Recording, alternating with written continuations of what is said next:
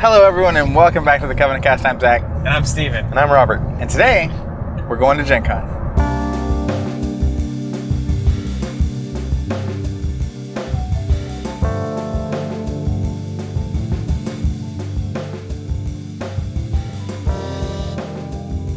All right, well, what have you two been up to this week? Well, I've been getting over a very nasty, stubborn cold. But aside from that, I've been pushing the Founder movie. It's on Netflix on everybody. Like he's not kidding. Going out of style. First thing every morning, it's like, hey Zach, good morning. Have you seen Founder yet? I think it's great. I think it's a great movie. There's a lot to enjoy just on a straightforward movie level if you're into that kind of thing. But moreover, I think for us being all in business together, there's a lot to be gleaned about what should and shouldn't happen in business and why not and all that kind of stuff. So it's kind of enlightening, educating, and meta-based, appreciative. So there's some tragedy, some heartbreak, some joy. So we should find somebody with a good idea and then steal it out from That's under right. Yoink. Be sure to say yoink. I'm now concerned. Gotta say yoink. On that note, I actually did watch the movie. I watched it a couple of nights ago. Yeah, you rode the lightning, actually. Oh man, it's been insane. Maybe I'll get into that. But the movie is a tradition. It's a biopic thing, actually. It's like a traditionally just good movie, which I rarely come across. It doesn't have really a shtick. It's not in your face anything or mysterious anything. It's just a story about a thing that happened, and it's presented in a really nicely done way and well acted. Of course, Michael Keaton. So I did enjoy it. I thought it was quite fascinating. A lesson in determination, if nothing else. For dang sure. Which is so outside the Founder, anything else interesting going on this week for Stephen Moley? Well, speaking of determination, I went a backpacking trip.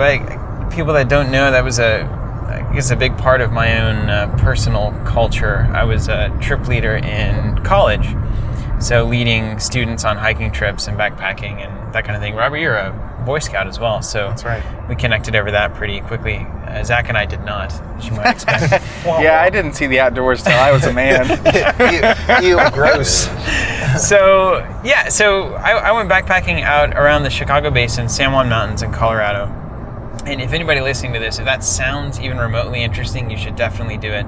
That is a beautiful area. We went up from the Vallecito campground up north and then crossed over Johnson Creek, over Columbine Pass, and then into Chicago Basin. And if you get a map out, you can actually see what I'm talking about. But that's would be of great benefit to anyone actually looking to do the trip. Water along the whole time is great.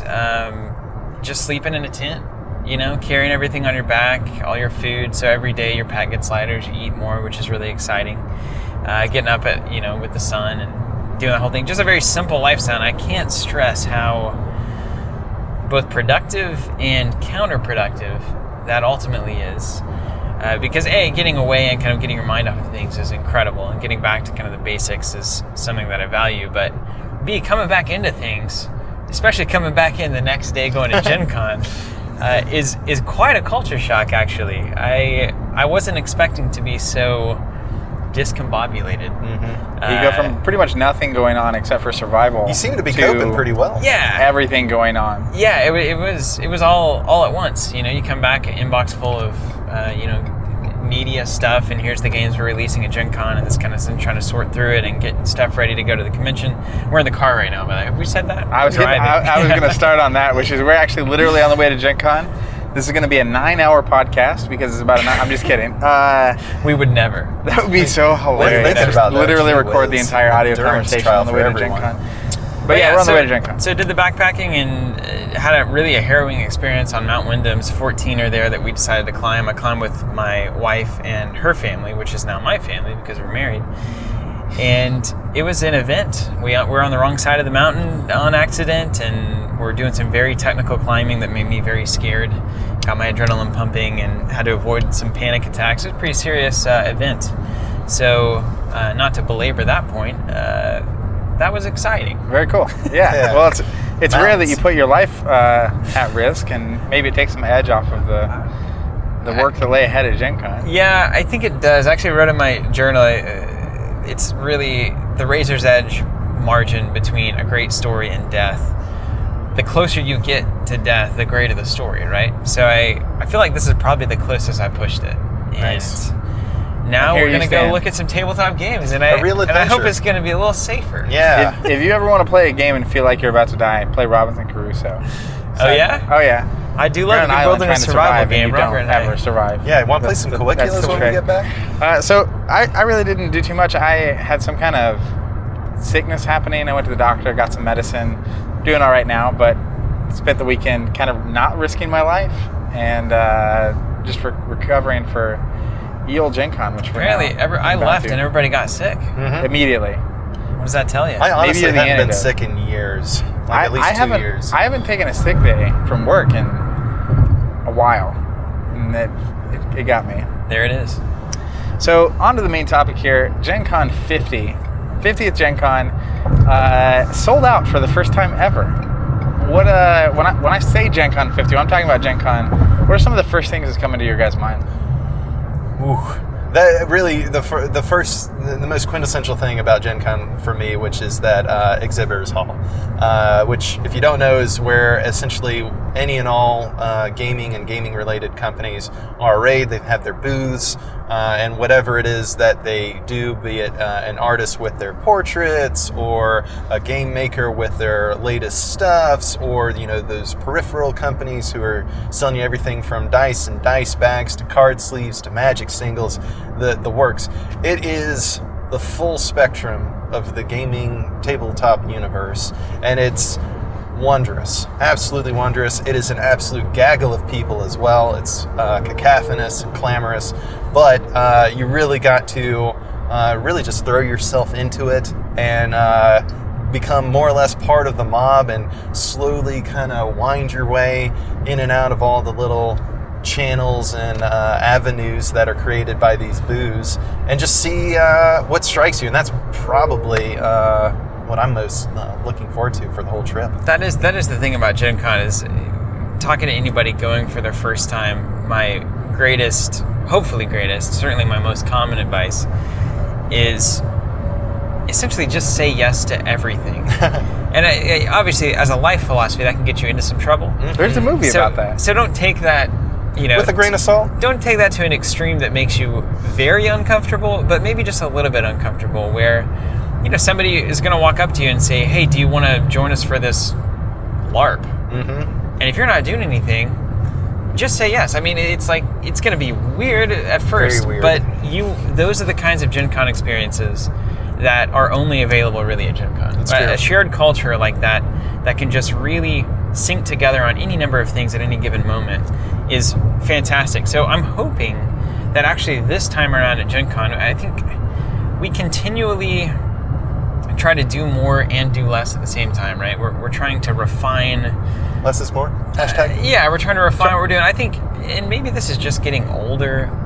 I hope that it's not. More but snacks. You're more just naps. you're just less likely to go end over end Mhm. for 3 days or 4 days. You really value the casual time, the community time, the social time, the rest time, all of these kinds of things that whenever when we first started coming to Gen Con, it was 24/7. Yeah. Let's play. More caffeine pills to Yeah. sustain ourselves. And so hopefully we can zoom out a little bit more this year and have some of those kind of Gen Con exclusive experiences, and then share them with the audience on YouTube or a future podcast or whatever. Yeah. Hopefully that'll work out this year. I think I remember even on a similar note, noted last year, I saw a sign which I don't think I've seen before at Gen Con, recommending that people take breaks, bathe, sleep, Oh, eat, wow. to do things to sustain themselves and not just kind of go insane It can get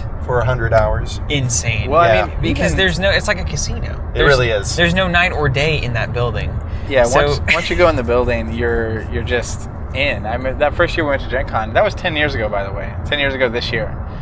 The first one we went to was Gen Con 40. It was Wow. a decade ago. It was huh? a decade, yeah. But you go in. That first year, we literally played tournaments for the spoils the whole time. Yeah. We'd finish at like 2 or 3 in the morning. We'd get back at 7 or 8 in the morning. And that's why you see signs like that Do it where it's like, hey, take a break and eat and like go Do take what a bath. now? We did need some reminders. Some what? Some reminders. That is true. You have a body. That's like actually other where men. that was the first time I ever ate and enjoyed Chinese food. I remember Steven went whoa. and picked it up because I was too busy planning a tournament for both of us to leave. One of us finished around early and went and got food, and then that's just kind of what we kept doing all weekend. What are you? I know that for me, L5R is obviously kind of the crown jewel of the show this year that we know about, and that's the interesting thing about Gen Con is seemingly Fantasy Flight at least always has something up their sleeve, it seems, and I think they've put themselves in this position that can be very tough sometimes, where you create an expectation of the one more thing, right? Like kind of Steve Jobs used to do with Apple, like One more and then thing. when Tim Cook like doesn't do it, everyone's like, oh my gosh, everything's over. So now FFG is kind of in a situation if they don't do something beyond the L5R launch, a lot of people are going to look and say, oh well, not quite as special as last year, that kind of thing. Similar to how they were giving away the Star Wars core boxes at Worlds. Yeah. And then I remember talking to Steve, and it was like, well, we don't want to get in the hat. We don't want to do this next year because then everyone expects to get free stuff when they come. And I think they've kind of crossed that bridge at Gen Con. So I'm excited to see if they're going to release something else. I'm, of course, very amped to get our hands on L5R, to look into that core box, see what's going on, see all the art actually in place. We're going to record a demo, a learn to play video tonight with Brad, which is going to be awesome. So we'll get that out as soon as we can and really start to see what this game has to offer and see what this game's all about, and hopefully help people on the path to discovery, either rediscovery or new discovery for L5R, to jump right in there. So I'm really excited about that. What about you? I haven't really talked to you about this About Gen that Con. much. Like, what are you looking for this year? Yeah, I mean, it's always, typically going in, there's one or two games that I'm really excited about. I think getting my hands on L5R, getting a feel for it, playing the game, seeing the cards, they're doing a really insane launch this year. They have the two 700-person events happening Thursday and Friday. They have big opening ceremonies that they're going to be live streaming, and we'll be posting content from, of course. So that'll be interesting. I'm also excited to see the in-flight report. They usually reveal some things there. They just announced today I think it's the 40th anniversary edition of the old West End Star Wars RPG. So they usually announce things leading up. Most companies do, leading up to Gen Con. And then there's a handful from them and other companies as well of things that don't get uncovered until you get there. There are a handful of games I'm excited to check out. I think the funniest one to me is Hunt for the Ring. This is by the same... That's very serious. Stop loving it. I know. Very One of serious. the same designers that did the Whitechapel game, which I really liked, but Great game. The Jack the Ripper theme isn't exactly like murder mystery, isn't huge for me. But then you immediately, I don't think it's just slapping Lord of the Rings on that, but it's a similar concept of a game where most of the players are Nazgul trying to hunt down Frodo, and the other player is Frodo with the ring. And it takes place basically in between the Shire and Rivendell, where you kind of the midway point of the game apparently is the Prancing Pony, and I don't know why, but I'm just enamored with that concept. I also really interested to check out Eric Lang's Rising Sun. It's supposed to be there. Song of Ice and Fire miniatures game looks pretty cool, and there's a handful of other games like Citadel of Time, I think, by Funforge, and Photosynthesis That one looks really cool. Wanna take a the peek box at. it just has your name all over it. Well, and it's there's literal trees in the game that you build. I definitely want to get a look at that Song of Ice and Fire miniatures, and Who's putting that out? It's really nice. Cool Mini, yeah. Nice. And it's a tray-based thing, as I remember, right? Isn't it like a big? Sort of like the Rune Wars, Yeah. where you kind of have a platoon of Well- troops with a leader on it or whatever. I'm really fascinated by it because I know it's an Eric Lang game, which usually means that there's going to be some kind of cleverness to the mechanics, even if it is sometimes a little heavy. But all of the kind of early reports that I've seen from people checking it out on Kickstarter and starting to see some of the early, playthroughs roll in, is that the models look great, but the mechanics feel really basic. Oh. And I definitely want to know if that's the case, because it strikes me as odd that a game by Eric Lang would... I think the critique of any Eric Lang game would be that it's overly complex or fiddly. Comparatively basic for an Eric Lang game or for a miniatures game? Well, it's a traditional run stuff into each other, roll dice to resolve combat, moving on kind of a thing. So not that there's anything wrong with that. There's nothing necessarily wrong with it. I mean, it's not exactly getting me excited. That was, but that was a I've rhetorical. also, not that there's anything wrong with I that. feel like historically, right, that was a common response early on when Destiny was first shown off last year. That is true. People played a couple games, like it was fun, but it was really simple, and then people got their hands on it and started deck building. So even in a miniatures game, it's like, if you're playing with a starter list, if you don't really know how to strategically play yet, early on with a Star Wars LCG, I felt the same way, where effectively players were just playing units down, attacking with everything they had. Your opponent goes, does the same thing, and it really was a matter of who draws the big guy first, versus like once you start realizing, if I play things and don't attack with them, I can then defend. And there's a lot of interesting choices that have to start being made. So, but I'm curious to check it out. I like Song of Ice and Fire quite a bit. Obviously, Game of Thrones. The models look good, and it's Eric Lang, who's designed a lot of games I really enjoy. So, hopefully, all those elements mix together to form something I'm into. But we'll see. And Rising Sun, let's not forget. I mean, if you're into that kind of Eastern side mythos, then Rising Sun and L5R, this is your Gen Con. I mean, It is your Gen Con. You have been targeted. This one's for you. And I think that space has actually been missing some offerings for a little while. I mean, you have kind of Bushido, which hasn't really broken through yet. I know they were having a smaller actually some skirmish miniatures game, and I think it's a phenomenal game.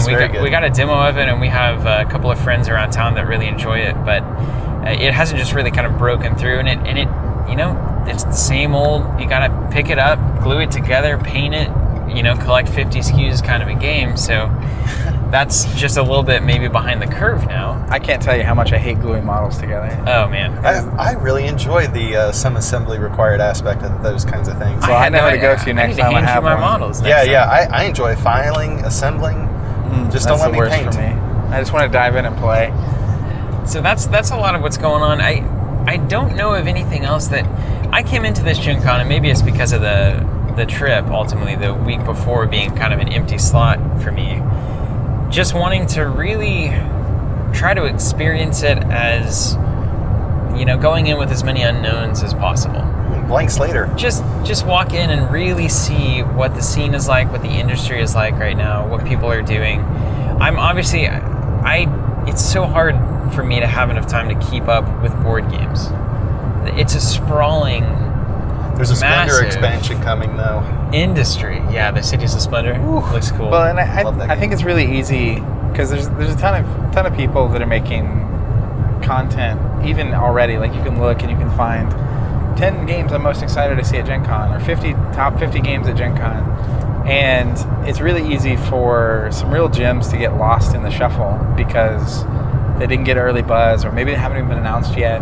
Or maybe they don't have a PR department. Or, you know? Yeah, exactly. And so, you know, I think we talked about this on our convention episode several weeks back, but like there is something about going in, experiencing it with open eyes, and kind of just letting things land where they land. And I'm excited to check it out and see what the industry has to offer. Letting the magic happen. Yeah, let it just wash over you. I'm also excited about I'm hopeful that they'll have Empire at War for Destiny. For purchase? Floating around. It's currently rumored to be out in September. Did you see the spoiler? Spoiler? There's a Cad Bane spoiler. I did not see a Cad Bane spoiler. It's in the display case. Holy smokes. Yeah, well, that's a good sign. There's a card fan in the display case, and Cad Bane is on top. And I got to also mention that, you know, we kind of got teased, I think just yesterday, about Path to Carcosa for... yes, we did. What is that game? I actually did see that. Yeah, that was also in the display case. Yes, if that is also available for sale, I don't know if I'll be able to help myself. And I've heard a lot of rumblings about Netrunner. That long fabled new core box? People have been talking about a new core set for like 3 years. Yeah, they sure have. And like I have no actual data, knowledge, any of that about whether or not this is actually a product. But usually when there's enough like smoke floating around about something, it eventually manifests. Where there's smoke, there's fire. You know, because you have Sounds like these, a perception is reality. you have little groups of play testers, and maybe a couple of them got a sneak peek at this core set, and then maybe one person said something, and so now you have this kind of smoke starting to billow out. But it's been doing that for like a year and a half, so I have no idea. And we have rotation coming up soon, so it would be the appropriate time to do it. And if I think it's like one pack from rotation or something. if there's a new core set for Netrunner, and if that box is white, and it's just gorgeous, Well, they'll have me. I will freak out. I mean, I will probably undoubtedly be emotional about that, because there is still nothing like Netrunner to I me. thought you promised yourself you wouldn't cry. I never promised that. Never a Gen Con I'll again. cry when Never I promised please. that. Yeah. That's so good. So if you guys were going to, I'm curious to know what you would say to someone in this case. So let's say you were going to Gen Con for the first time. What would be your strategy going in as just as a general enjoyer of tabletop games? Yeah, person. Any tips or recommendations on that? Well, so I guess you kind of have to know that there's a couple of camps that are going to Gen Con. Yeah.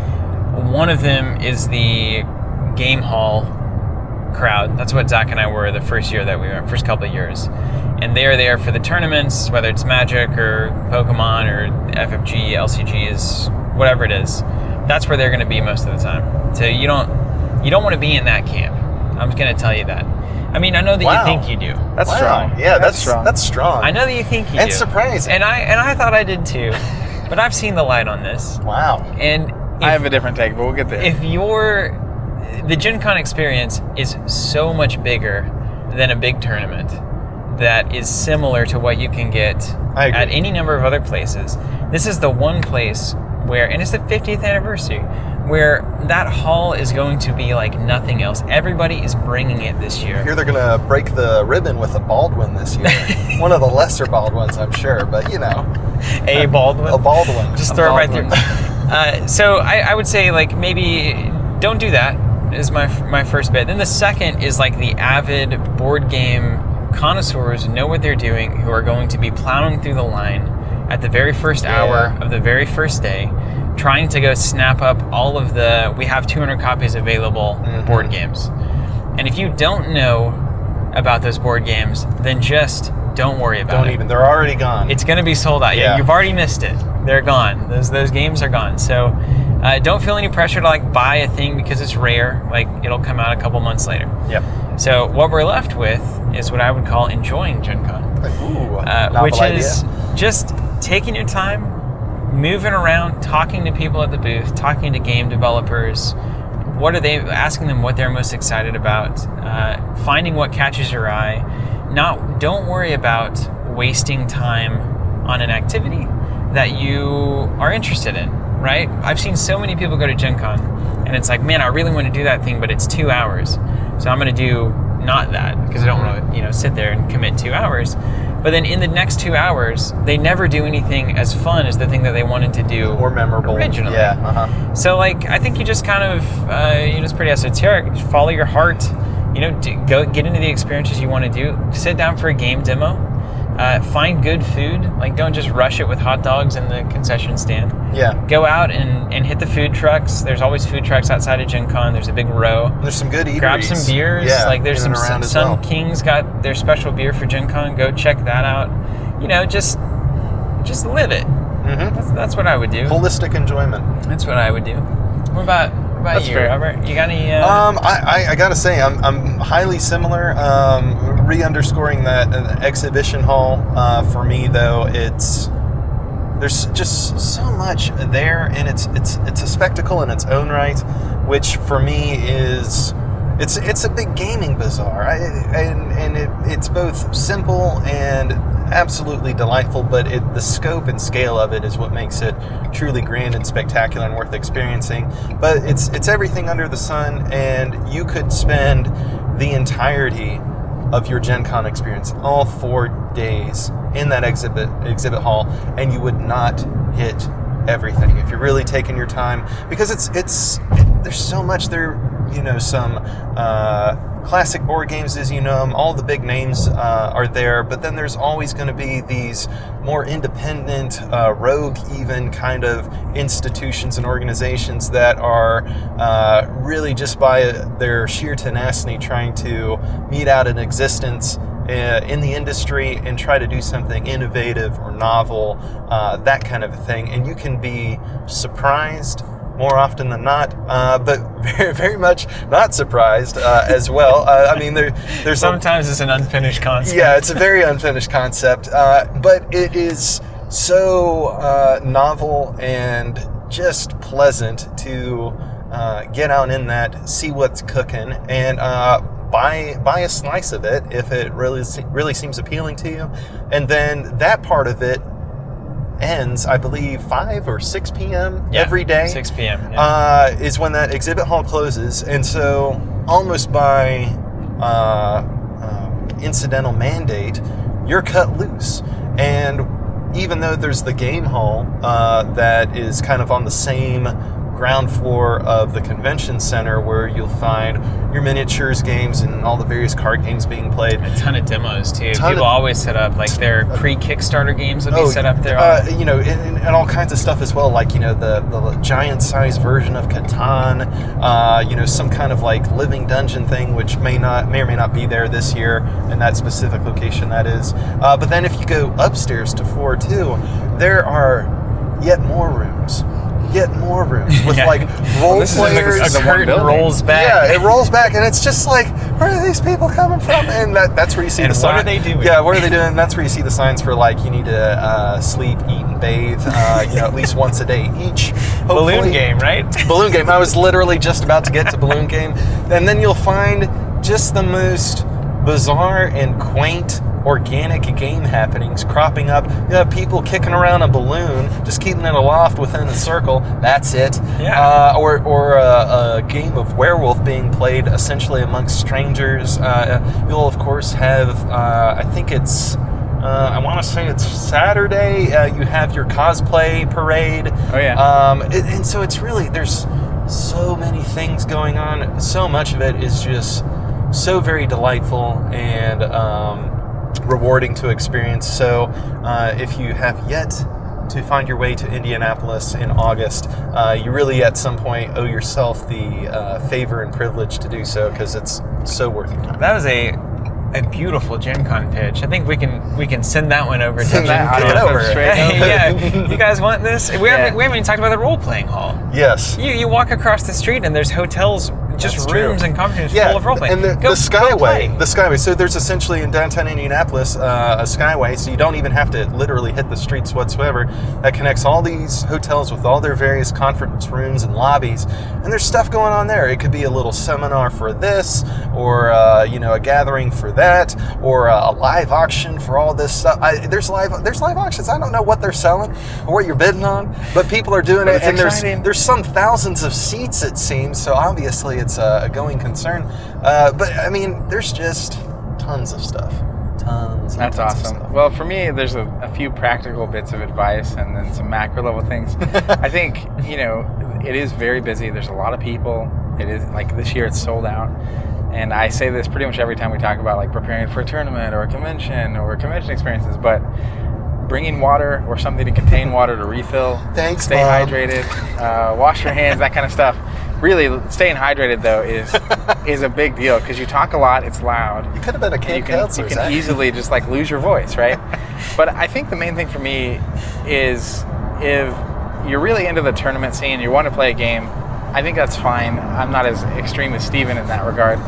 But I very much enjoy the big tournaments and the big championships and winning, you know, doing that whole thing. But I would personally even limit it to like a tournament. Mm-hmm. Single, yeah. Just you can play one, but then honestly, leaving time open to just explore, because you never know what you're going to find, and just being open. You know, Steven was saying, say yes, but just look around, see what's interesting, and explore it. See, here, let me give you a real life example of this, because we talk conceptually a lot. Our buddy Lars, our old friend from MonCon. Everything bagel, ice cream bagel. I love Lars so much. He's one of my absolute favorite guys. Genuinely incredible dude, and we met him just through playing Monster Apocalypse, and he came down to Tulsa. It's hilarious. And now we meet up at Gen Con, and we'll see, about once during the convention, we'll try to, have at least a conversation. Anyway, so like 3 to 4 hours of his Gen Con last year, I got a text, and he's like, hey, we're playing, and it's the game from, do you guys remember the name? The Cones of Dunshire? Cones of Dunshire. He's like, I'm on a team. I'm playing Cones of Dunshire. If you're interested, come out and see. And it was like, you know what, Lars? Like, I've got an hour. We're in between filming, and that sounds nice. So went outside and just watched this mass of people gathered around a made-up game, Cones of Dunshire, that they had, tried to piece together the rules. And turns out Lars won, by the way, and I ended up giving him a hug. And it's just like... Yeah, he did win. He's the champ. And it's just those kinds of... That's not necessarily on the calendar, right? That's not what people are coming to Indianapolis to participate in. But once it's there, well, yeah. I mean, I'm here. I'm out here. I'll play this game. That sounds fun. And it was. And everybody really enjoyed it. And so those kinds of things are lurking at any moment. Sure. You just have to be ready to jump. And I think that's, because of those organic moments that kind of crop up, for me, you can have this massive list of games you're wanting to demo or buy, or tournaments you're wanting to attend, but ultimately I think if you have your one or two things you really, really want to do, it's like, this is the one game I want to buy, and this is the one tournament I want to play in, and leaving the rest open for whatever you happen to do is really just probably the best way to enjoy it. And then the other note on that for enjoying it for me is recognizing, tabletop is about, the unique thing about tabletop is the people. And a lot of times at these big events, you find yourself in line, or you find yourself demoing a game with random people, or sitting in a restaurant next to random people because it's so full.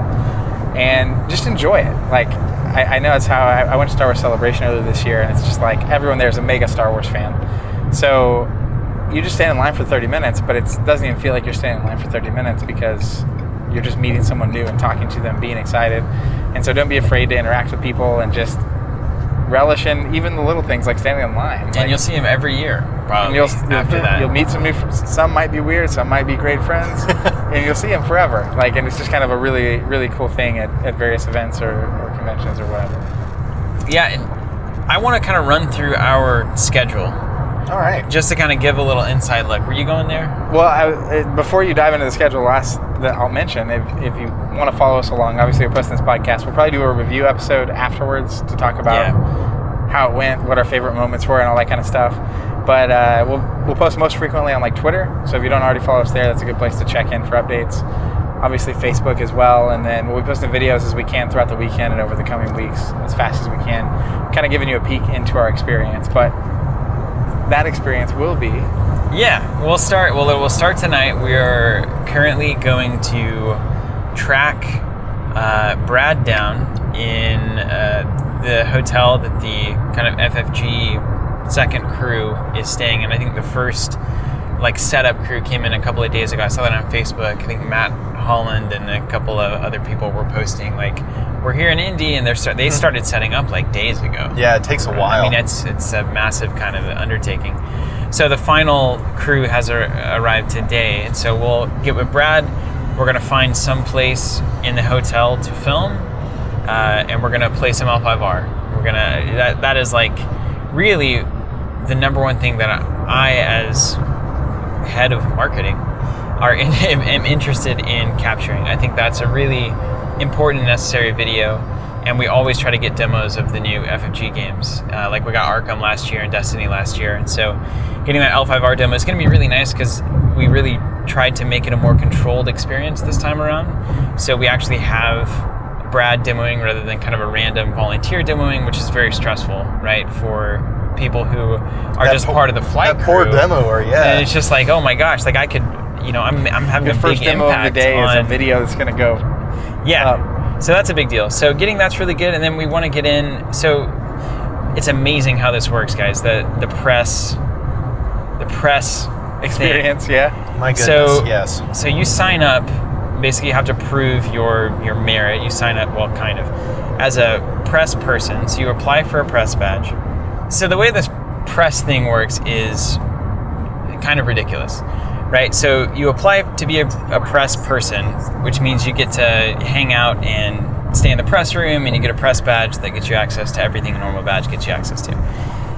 And then there's 7 a.m. the first day of Gen Con that a line will start to form.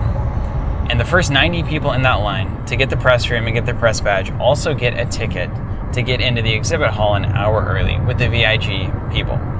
So the weird thing about this is that it's completely just the first 90 people in that line.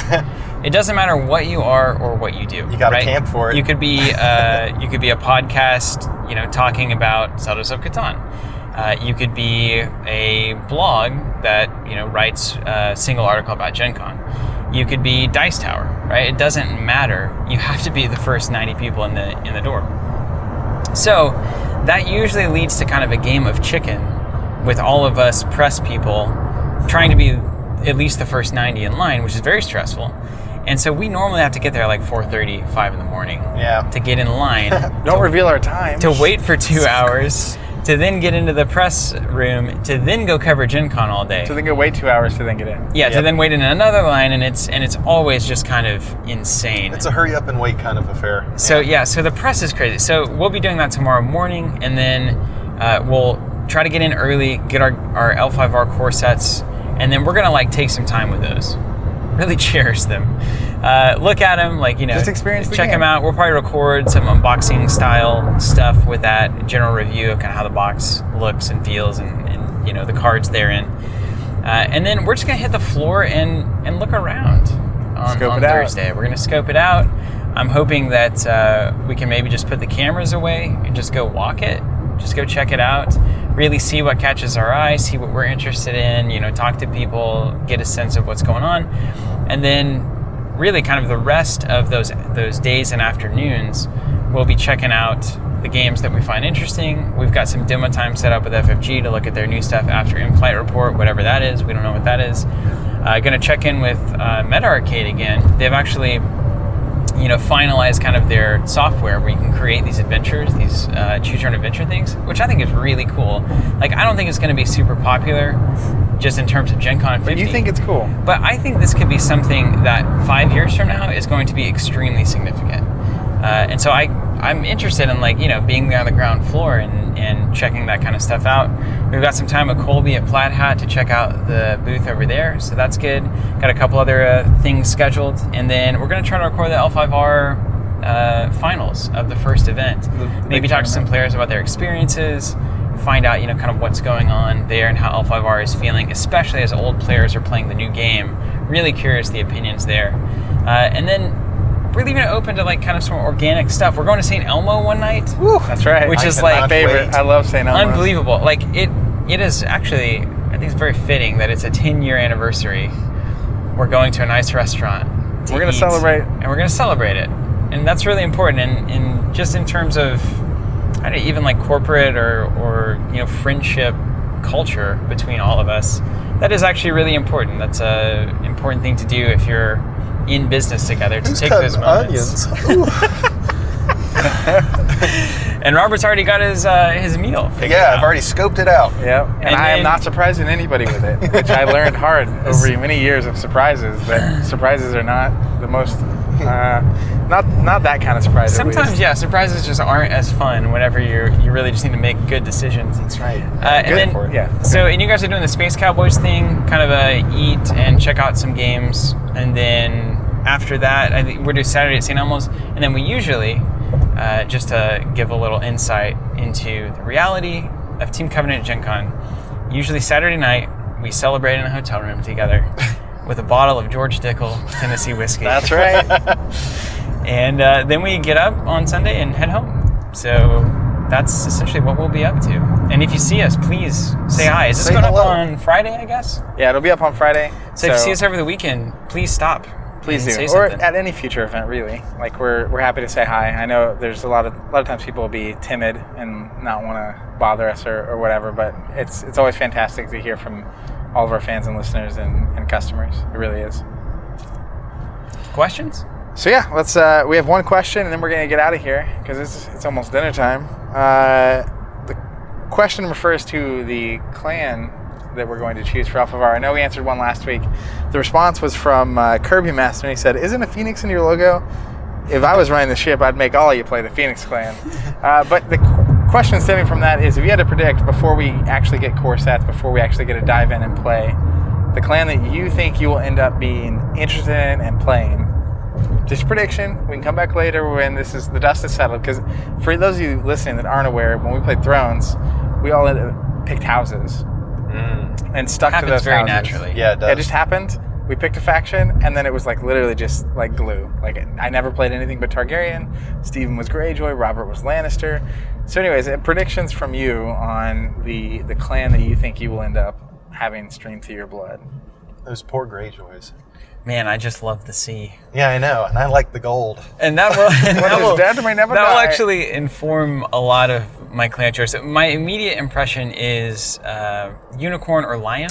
Yeah. There was like a waterbender unicorn guy that looked awesome. I think it has to be dragon for me. Green in color. I like their philosophy and aesthetic, yada yada. It's magic. Spiritual combat, man. Yeah, great. Come on. Yeah, I'm actually currently predicting the Phoenix Clan. Ooh. But we'll see. We will see. I think once we get our hands on it, and once you understand how they work, it's going to be completely different. So, question from us to you. You can use #AskCovenant. We'll answer your questions right here on the Covenant Cast. And at the end of the show, we ask you a question that we'd like to see in the comments and answer to. So, question is, what's your most notable story from a convention? Hey, Zach, can I ask an additional question? Scrap my question. What's your question? No, not scrap it. Extra. I would be very interested. Not scrapped. Bonus question. Bonus question from Steven. You better answer this in the comments. This is a bonus question. We've been talking about this a lot. Is as somebody who, if you're not going to Gen Con, right? You're listening to this podcast at home, you're watching video at home, what content do you want the most? From Gen Con. Good call. From Gen Con. So if you could see us produce any content, doesn't even have to be video, could be audio. If you could see anything from Gen Con, what would you be most excited to see us posting? Nice. All right, everyone. Thanks for listening. Until next time, keep playing.